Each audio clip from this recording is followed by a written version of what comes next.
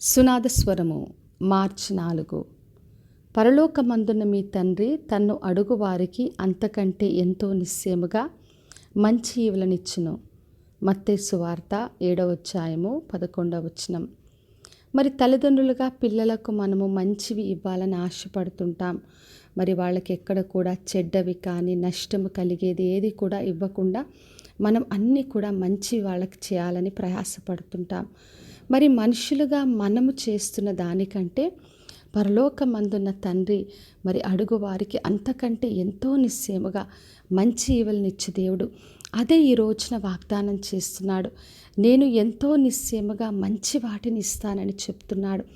ఎందుకంటే మనుషులుగా మనం పొరపాట్లు చేసినప్పటికీ మన పిల్లలకు మనము మంచి ఇవ్వాలనుకుంటున్నాం. మరి పరలోకమందున్న తండ్రి మరి ఆయన అందరికి కూడా మంచి తలంపులు కలిగి ఉన్న దేవుడు. మంచి వాటిని ఇవ్వడానికి కొరకే ఆయన ఈ లోకంలోకి వచ్చాడు.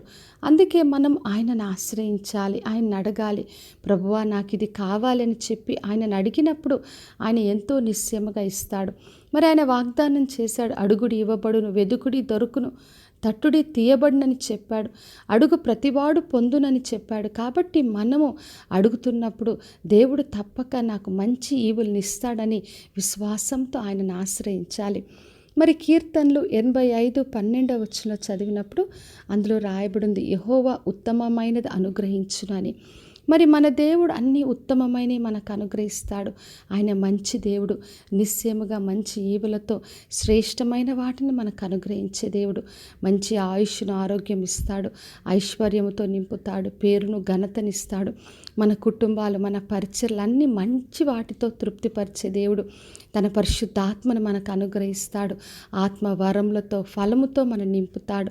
కాబట్టి నా ప్రియ సహోదరి సహోదర, ఏది కావాలన్నా తండ్రిని ఆశ్రయిద్దాం.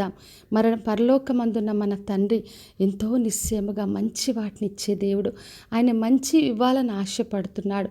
కాబట్టి విశ్వాసంతో ఆయన దగ్గరికి వెళ్ళి ఆయన తప్పక ప్రార్థించే వారికి ప్రతిఫలం ఇచ్చే దేవుడు, మంచి దేవుడు అని ఆయన అడిగినప్పుడు మనం అడుగు వాటికంటేను ఊహించు వాటికంటేను అత్యధికమైన మేలుతో మనల్ని తృప్తిపరుస్తాడు. కాబట్టి విశ్వాసంతో ఆయనను అడిగి పొందుకుందాం, ప్రార్థన చేసుకుందాం. పరలోకమందున్న మా తండ్రి, మా దేవ, ఈరోజు ఇచ్చిన వాగ్దానం కొరకే వందనాలు. వినిచిన ప్రతి ఒక్కరిని దీవించి ఆశీర్వదించండి.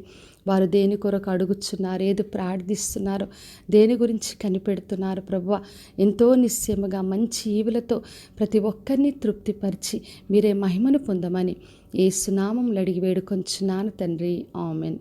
ఈ శుభవచనము వినిచున్న ప్రతి ఒక్కరి జీవితంలో నెరవేర్చబడునుగాక. నేను మీ ప్రియ సహోదరి మంజులాచరణ్.